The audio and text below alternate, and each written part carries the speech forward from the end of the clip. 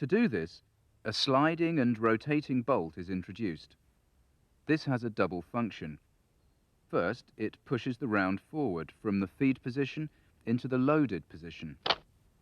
Then it locks off the action while the weapon is fired.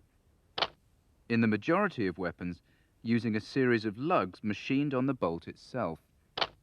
These slot into corresponding recesses in the body of the weapon.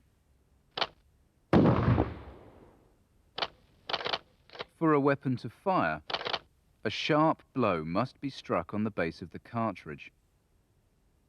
In this sniper rifle, the striker is set inside the bolt, powered by a mainspring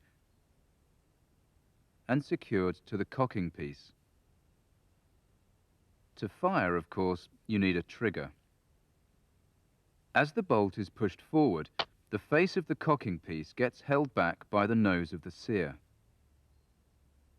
The same act of loading compresses the mainspring between the striker collar and the front of the shroud.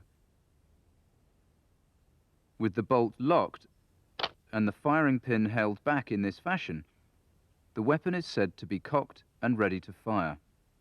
Pressing the trigger releases the sear and with it the firing pin.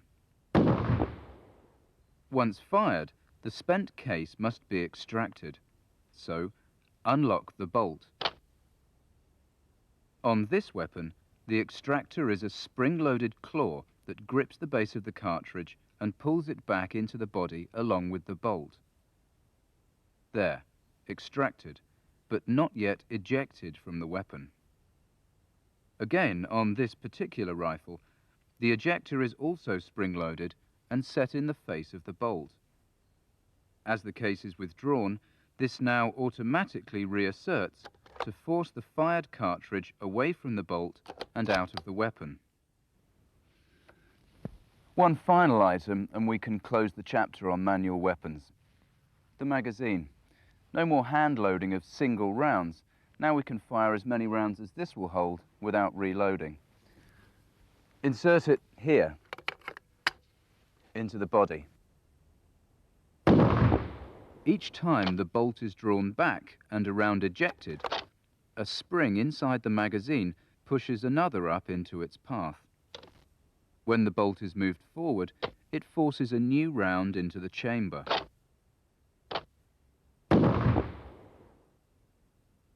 The overall operation of a weapon can be seen now in terms of a continuous cycle.